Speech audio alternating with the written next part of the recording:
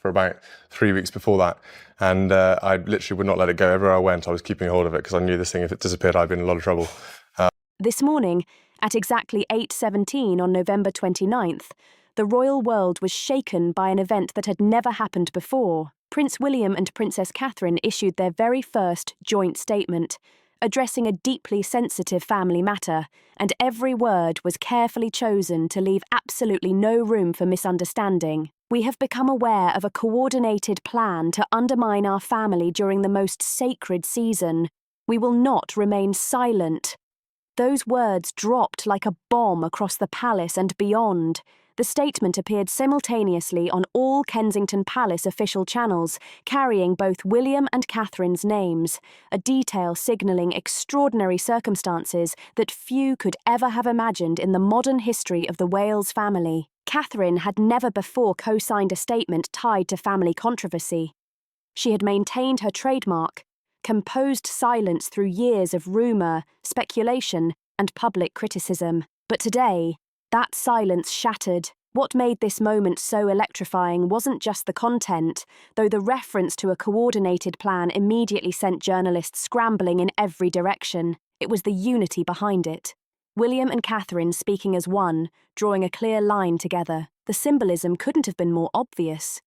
This wasn't William speaking solely as future king, with Catherine standing supportively behind him. This was a couple, united partners, jointly defending their family against a threat they considered grave enough to abandon their usual policy of rising above drama. Within minutes, BBC cut into morning programming. The anchor reading the statement paused noticeably at the words "coordinated plan," visibly taken aback. "This is extraordinary language from Kensington Palace," she said. Looking straight into the camera, she explained that the Prince and Princess of Wales were publicly confirming the discovery of an organised effort against them and responding together in a way that had never been seen before in modern royal history. Sky News called an emergency panel before 9 a.m.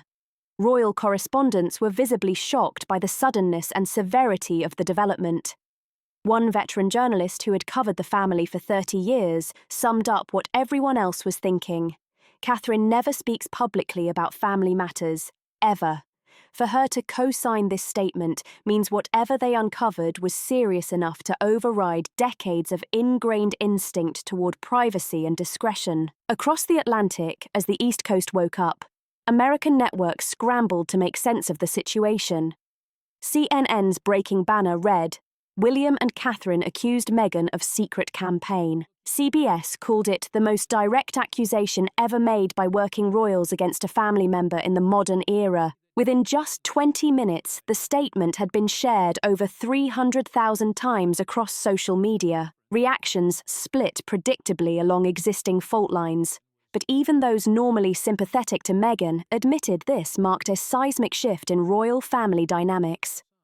William and Catherine speaking with one voice represented a move that no one had expected, and that will have consequences for years. Outside Kensington Palace, reporters stationed for routine coverage suddenly found themselves in the centre of the biggest royal story in months. One journalist, bundled against the late November cold, spoke to the camera with barely contained excitement.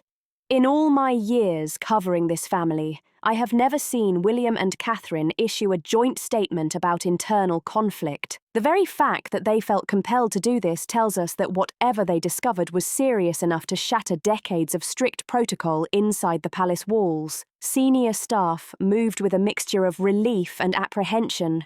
Relief because the decision to speak publicly had been agonised over for days and finally made. Apprehension because once it goes public, the battle becomes overt rather than covert, and the consequences are impossible to predict. Seasoned royal observers were struck by the careful wording. Meghan was never named directly, yet the reference was unmistakable. The details of the plan were left mysterious, letting speculation explode, but the statement confirmed its existence, validated awareness of it, and made it clear that William and Catherine would defend against it. The statement was a precise balancing act between disclosure and discretion, between strength and restraint. For older British viewers, particularly those who remembered Diana's public battles with the palace unfolding in devastating ways, the echoes were clear.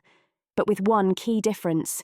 This time, the couple facing the challenge stood united, unshakable, a team in every sense of the word. In the United States, where Meghan's narrative has always resonated strongly, the reaction was immediate and sharply divided. Morning shows debated furiously what kind of plan could possibly justify such a drastic, unprecedented move. Social media exploded with theories, ranging from documentary projects to tell-all books to coordinated media campaigns. But beneath all the speculation, one truth stood out.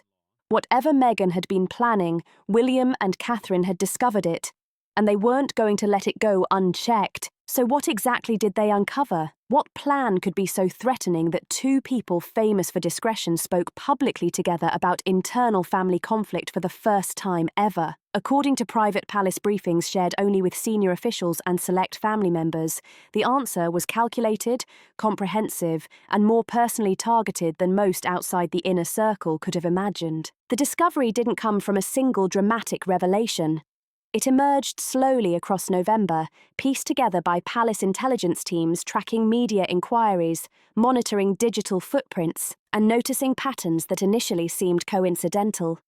By mid-month, those patterns painted a picture too clear to ignore. It began in early November, when Princess Anne received an unusual briefing from the Royal Communications Monitoring Unit. Media interest in Catherine had spiked, not the usual inquiries for public engagements. These questions hinted at inside knowledge of private matters, often asking strangely specific questions about charitable decisions, designed to provoke responses that could be framed negatively. Anne, experienced in spotting early signs of coordinated campaigns, immediately flagged the situation to William. "Someone is planting stories," she reportedly told him in a private Windsor meeting. "They're testing narratives before going all in." William then authorised a deeper investigation. Over the next 2 weeks, his team discovered something far larger than anyone expected. The trail led to a newly formed media production company in California, tied to Meghan's professional circle. The company was reportedly developing a documentary project with a working title referencing untold royal truths and a woman poised to challenge the institution. But that was only part of the plan. Investigators also discovered a book proposal circulating in American publishing circles. Pitch documents described it as a definitive corrective to royal narratives, allegedly including previously undisclosed claims about Catherine's role in Meghan's departure, suggesting everything from coldness to obstruction. The plan's sophistication lay in its timing. Both the documentary and book were scheduled for release during the Christmas season, precisely when the royal family unites publicly, ensuring maximum media attention. Messaging positioned Meghan as finally revealing the complete truth, while Catherine was portrayed as the obstacle who made her royal life unbearable. The third, perhaps most insidious element involved multiple American media outlets, particularly those sympathetic to Meghan. They were approached with coordinated talking points, releasing stories in a compressed time frame to create the appearance of independent validation. The narratives focused on Catherine's alleged emotional instability, jealousy over Meghan's early popularity, and supposed influence over palace staff, making Meghan's life harder. Catherine learned the plan's details during a private briefing in mid-November at Kensington Palace. She listened silently as advisors outlined the discoveries. When it ended, she asked one question: how much of this targets our children? The carefully delivered answer confirmed her fears. Some planned narrative elements suggested Catherine's focus on early childhood development stemmed from her parenting anxieties. A subtle, targeted attack designed to undermine her public work. William, sitting beside her, felt something harden inside him. He had absorbed provocations, media manipulations, and family tension while maintaining silence, believing dignity and restraint would eventually wear down conflict. but this plan crossed a line. Princess Anne's follow-up assessment was blunt. This isn't a response to grievances. This is warfare, and warfare requires a strategic response, not continued silence. What stunned palace officials most was the sheer coordination. Documentary, book, and media campaign were designed to reinforce each other, creating a narrative echo chamber making Meghan's version appear independently verified, even though every source traced back to the same origin. King Charles, briefed on the plan's full scope, reacted with visible distress. For months, King Charles had quietly held on to the hope that space and time would settle things down, believing distance might cool emotions rather than inflame them. Instead, what he slowly came to understand was far more troubling.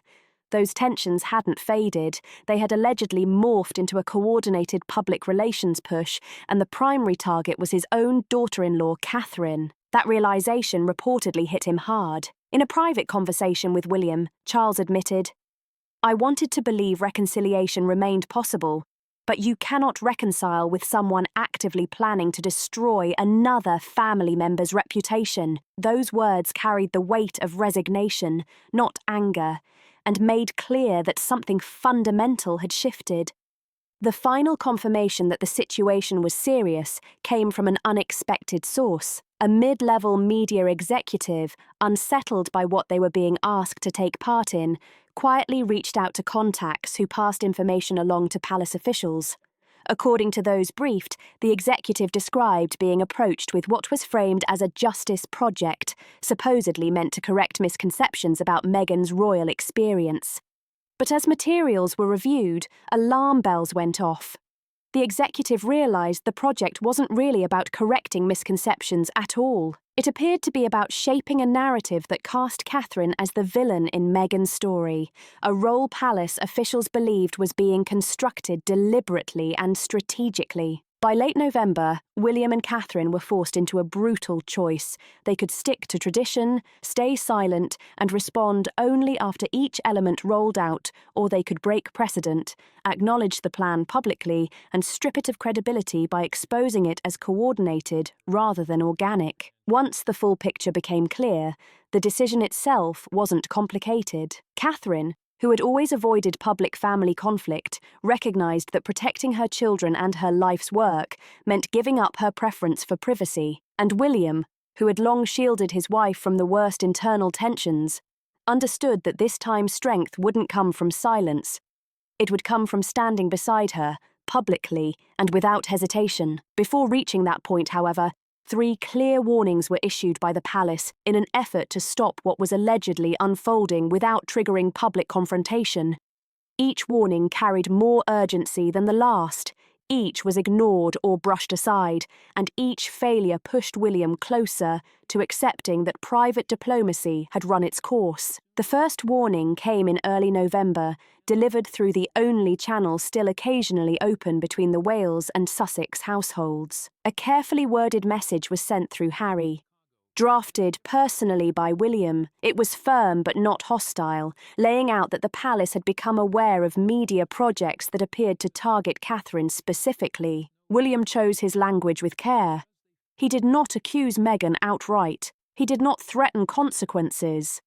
He stated facts and asked Harry, as a brother and a father who understood the need to protect family, to intervene. The message ended with a line William had debated, including but felt mattered.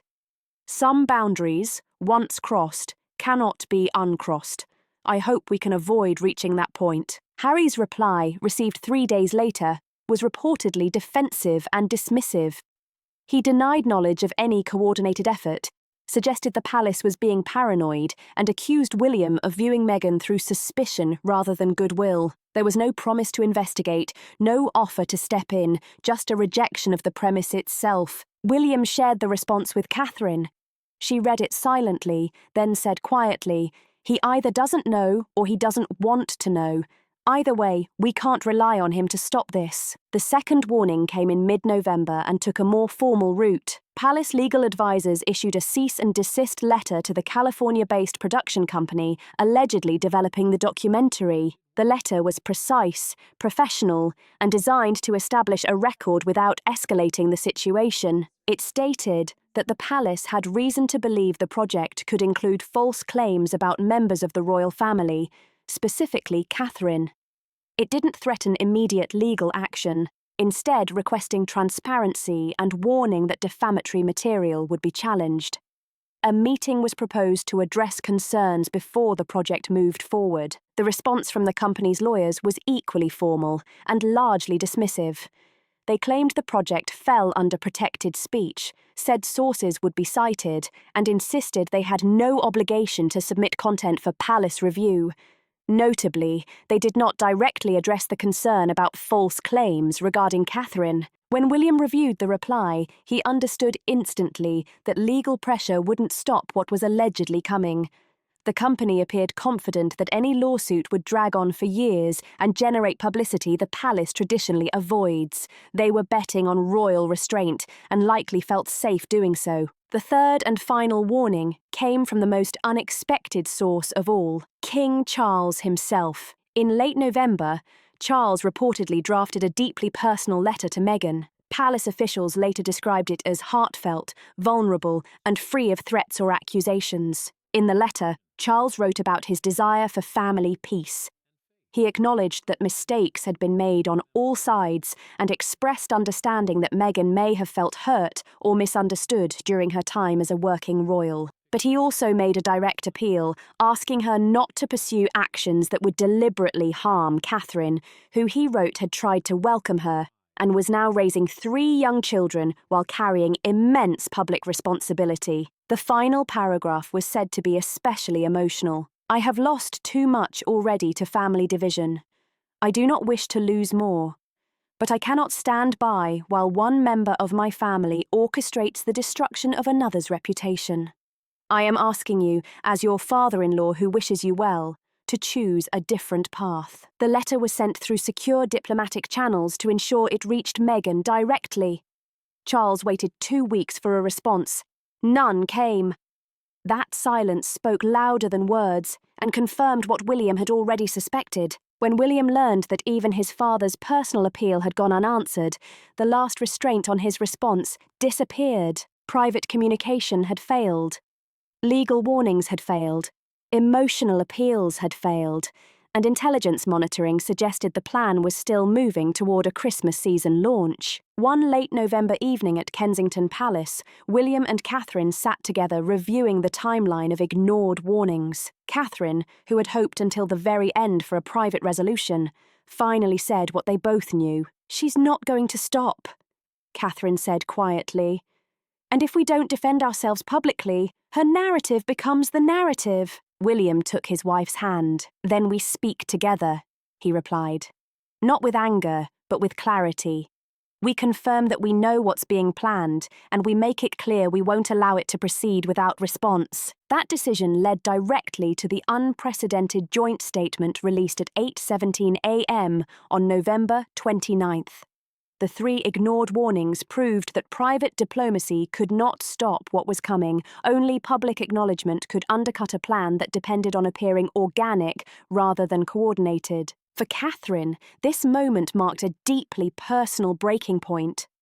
Over the years, she had endured relentless pressure with remarkable composure. Constant comparisons, invasive scrutiny, and global attention on every stage of motherhood. She built serious work around early childhood development, while headlines fixated on superficial details. She rarely showed strain, never complained publicly, and embodied service without self-pity. But the alleged plan, particularly the personal focus on her and indirect attacks on her parenting, cut deeper than public image.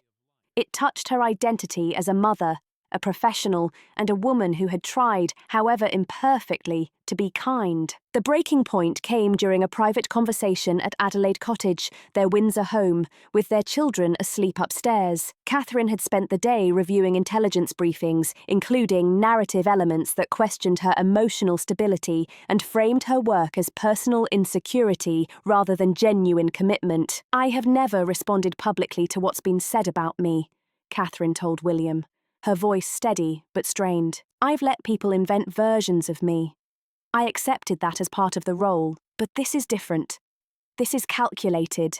I've spent 15 years building work that matters, work that helps real children." William listened in silence, sensing that his wife had reached a threshold she had never approached before. Catherine's composure, usually so meticulously maintained, began to crack under the weight of what she had just absorbed. "It's targeting me specifically," she said, her voice steady but strained. "Because someone knows that attacking you directly would be too obvious, but attacking me damages the family while appearing to settle personal scores."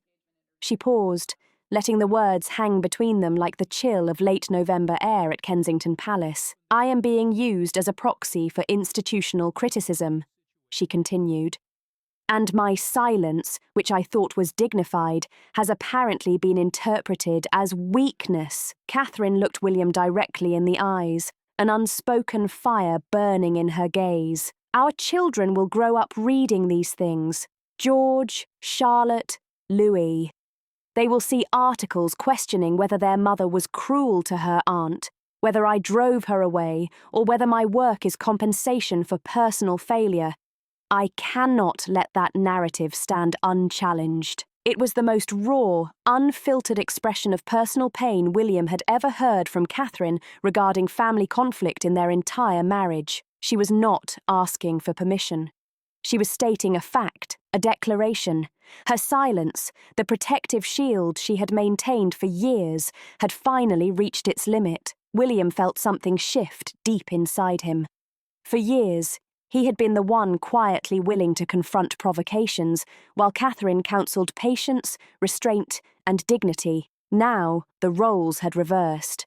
Catherine had pushed beyond even her considerable tolerance, ready to abandon privacy. Seeing his wife's pain and determination, William's resolve hardened into something unshakable. "Then we respond," he said finally, not with anger, not with detailed rebuttals, but with clarity and unity. "We acknowledge that we know what's being planned, and we make clear that we stand together against it." The decision to issue a joint statement, unprecedented in their public life together, had emerged in that quiet but intense conversation. Catherine was not asking William to protect her. She was joining him in defending their family, their children's future, and the work she had built quietly but consistently over many years. Princess Anne, once informed of the decision, reportedly offered support that surprised some senior palace staff. She had always respected Catherine's discretion, but she understood the limits of silence. In a brief conversation at Windsor, Anne reportedly told Catherine, "You have shown remarkable restraint for years. No one could question your patience, but there comes a point when silence enables those who would harm you. Speaking, now, together with William, is not a failure of dignity. It is a necessary assertion of truth." Queen Camilla's response was equally supportive, though deeply personal. She understood, perhaps better than anyone, the sting of coordinated attacks designed to erode reputation. During a private tea at Clarence House, Camilla reportedly told Catherine, "I waited too long to defend myself, thinking that engagement with attackers only elevated their importance. I was wrong. Sometimes, the kindest thing you can do for yourself and for those who support you is to acknowledge that you are under attack and that you will not accept it quietly." That counsel resonated deeply with Catherine, who had been trained in the art of measured responses and patience, yet now recognised the need for direct public assertion of boundaries. The drafting of the joint statement reportedly took several painstaking days. William and Catherine collaborated closely with communications advisors to ensure that every word struck a balance. Strong without being inflammatory, clear without being unnecessarily detailed, unified without appearing defensive. Every line was scrutinised for accuracy, necessity, dignity, and impact. Catherine insisted on one non-negotiable element. The statement must emphasise the protection of the family. "This cannot appear to be about my ego or my reputation," she reportedly told William. "It must be clear that we are defending our family unit, our children's future, and the boundaries that protect all of us." By the evening of November 28th, the final version was complete. William and Catherine reviewed it together one last time. Catherine read her words aloud, The first time in her life she had publicly acknowledged internal family conflict and felt a mix of sadness, resolve, and righteous anger. Sadness that circumstances had brought them to this unprecedented moment, resolve that she would not allow coordinated attacks on her or her loved ones, and righteous anger that anyone would dare target her family under the guise of truth or clarification. "Are you certain?" William asked gently, giving her one final opportunity to reconsider. Catherine looked at her husband, the future king, the father of her children, her partner through every challenge and scrutiny they had endured together. "I am certain," she said, her voice calm but unwavering. "We protect what matters. And right now, that means speaking." At exactly 8:17 a.m. the next morning, their unprecedented joint statement went live. Catherine, who had spent 15 years proving that strength could be quiet, now demonstrated that sometimes strength must also be vocal. The public response and fallout was immediate and seismic. Within the first hour, the statement had been viewed more than 2 million times. Within 3 hours, it dominated every major news cycle. And by midday, it had fundamentally altered the landscape of royal family dynamics in ways analysts predicted would be debated and studied for years. In Britain, public response was overwhelmingly supportive. Polling conducted by major news organisations within hours showed that 73% of respondents endorsed William and Catherine's decision to speak publicly about coordinated attacks. Among viewers over 50, support reached 81%. The BBC reportedly received thousands of calls and messages, the vast majority praising the couple for finally drawing a clear, unambiguous boundary. One woman from Manchester, in her 60s, reportedly captured the prevailing sentiment: "Catherine has been nothing but dignified for 15 years. If she and William felt they had to speak publicly, what was being planned must have been truly awful. I'm glad they're defending themselves." Social media mirrored this response. In the UK, hashtags supporting William and Catherine trended throughout the day. The phrase "coordinated plan," taken directly from their statement, became shorthand for what many viewed as an ongoing campaign against the working royals in the United States. Reactions across other regions were more divided, often along existing fault lines. But even among critics, the unprecedented nature of William and Catherine speaking together shifted perspectives.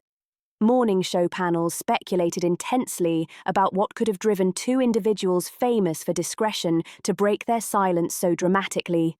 Commentators typically sympathetic to Meghan acknowledged the statement represented a serious escalation, signalling provocation of the highest order. One CBS analyst's observation quickly went viral in media circles. In royal terms, William and Catherine speaking together about family conflict is the equivalent of launching a nuclear option. They do not do this lightly. They do not do this for minor grievances. Whatever plan they discovered was significant enough to override every instinct toward privacy that they have cultivated. Inside Kensington Palace, staff reportedly described an atmosphere of mixed relief and apprehension. Relief that the decision to speak had been executed successfully. Apprehension about what response might come from California and what the next phase of this public conflict could entail. Sources close to the palace indicated that William and Catherine were acutely aware that this statement had effectively moved the battle from covert whispers and carefully timed leaks into the full glare of public scrutiny. In California, the response, or perhaps the shock, was palpable. Harry, according to insiders close to the couple, was blindsided. He had previously dismissed William's private warnings as paranoia. Now, confronted with the reality of William and Catherine publicly confirming the existence of a coordinated plan, he reportedly realised that palace intelligence had uncovered far more than he understood about projects Meghan had been developing. Sources described his reaction as a mixture of shock, defensiveness, and mounting concern. The carefully constructed strategy, intended to appear organic through the simultaneous release of a documentary and book, had been preemptively undermined. Meghan's own response was notable, mainly for its absence. No statements from her representatives emerged. No social media posts appeared. The silence, observers noted, could indicate strategic calculation, genuine surprise, or both. Whatever the reason, it created a vacuum that palace officials and trusted royal correspondents quickly filled with carefully calibrated context. Anonymous briefings confirmed that the coordinated plan referenced in William and Catherine's statement involved multiple media projects scheduled for Christmas release. These projects specifically targeted Catherine in ways intended to undermine her charitable work and public reputation. Crucially, the decision to speak publicly, the briefings emphasised, came only after private attempts to halt the projects had failed. Princess Anne, when asked for comment during a public engagement, offered her trademark brevity. The Prince and Princess of Wales have made their position clear. I support them entirely. It was vintage Anne, saying everything while saying almost nothing, yet leaving no doubt about her stance. King Charles, navigating the delicate position of being father to both William and Harry, issued no public statement. Palace sources, however, indicated he had been consulted prior to the release and had given his authorization. The detail suggested that his patience with Sussex-related disruption had finally reached its limit, and that even the head of the monarchy recognized the necessity of a firm, public stance to protect the family's reputation. By late afternoon, the media landscape had shifted decisively. What might have begun as Meghan's narrative about royal family dysfunction had instead become a story of William and Catherine defending themselves against coordinated attacks. The projects that had been in development, the documentary, the book, and the carefully timed media campaigns now faced scrutiny not as independent revelations, but as components of an orchestrated effort. Several media outlets, which had been approached with advance information, began reconsidering their planned coverage. The revelation that they might be participating in a coordinated effort rather than reporting organic developments created editorial concerns that complicated even the most straightforward coverage. As evening fell over London, one undeniable truth emerged. William and Catherine's unprecedented joint statement had accomplished precisely what they intended. It had acknowledged the threat they faced, demonstrated their unity, and preemptively undermined the credibility of projects that depended on appearing independent rather than coordinated. But the cost of that success was significant. The statement had made explicit what had previously remained implicit. Family division was not healing. If reconciliation had ever been possible, it now seemed increasingly distant. The battle was public, not private, and its consequences would unfold in ways no one could yet fully predict. A new chapter in royal family dynamics had clearly begun. This was not a chapter about reconciliation or softening conflict. It was a chapter about boundaries, protection, and the lengths people will go to defend what matters most when all other options have been exhausted. The practical implications were immediate. The documentary and book projects Meghan had been developing would now enter a fundamentally altered media environment. Rather than launching into a receptive landscape curious for untold truths, these projects would enter a context in which their coordination had been publicly exposed and the specific targeting of Catherine confirmed. Media outlets that might have promoted the projects uncritically would now face questions. Were they participating in a coordinated plan or reporting independently? The impact of these projects had already been diminished before a single page had been read or frame viewed. The statement had fundamentally shifted how William and Catherine would handle family conflict in the future. For 15 years, Catherine had embodied dignified silence in response to provocation. That era was over. The joint statement set a new precedent. There were boundaries that, once crossed, would trigger public defence rather than private endurance. Palace officials briefing trusted correspondents made clear that the statement was not merely reactive, it was preventive. It signalled that future attempts to coordinate attacks against working royals, particularly Catherine, would now meet with exposure rather than quiet acceptance. The days of assuming royal silence equalled royal consent were conclusively over. From a broader perspective, watching this unfold revealed a larger truth about the nature of boundaries and the moment when silence becomes vulnerability. Catherine had demonstrated extraordinary restraint for years, believing that dignity lay in rising above provocation. But there comes a point in every conflict when continued silence enables those who seek harm.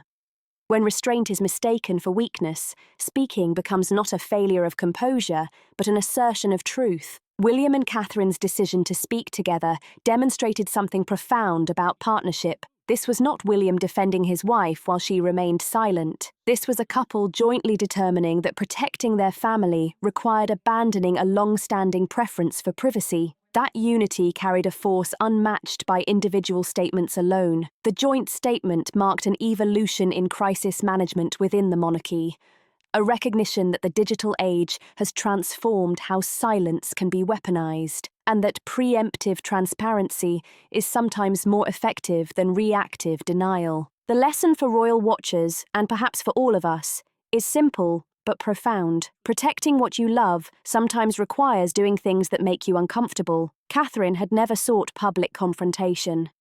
Her preference for privacy was genuine and long-standing. But when faced with coordinated efforts to undermine her work, attack her character, and indirectly target her children, she chose protection over comfort. That choice required courage, different from the courage she had shown through years of silent dignity. Thank you for staying with this story. William and Catherine's statement was never about attacking anyone. It was about protecting everyone under their care. Sometimes, the most compassionate, necessary action is to stop silently absorbing harm and begin naming it aloud. Not with cruelty, not with vengeance, but with clarity, calm, certainty, and resolve. Some boundaries must be defended, even when defending them comes at the cost of continued quiet. If you found this story insightful, don't forget to like this video, subscribe to the channel for more royal updates, share it with friends and family, and leave a comment with your thoughts on William and Catherine's unprecedented stand. How far do you think silence can protect dignity, and when must it give way to action? We want to hear your perspective.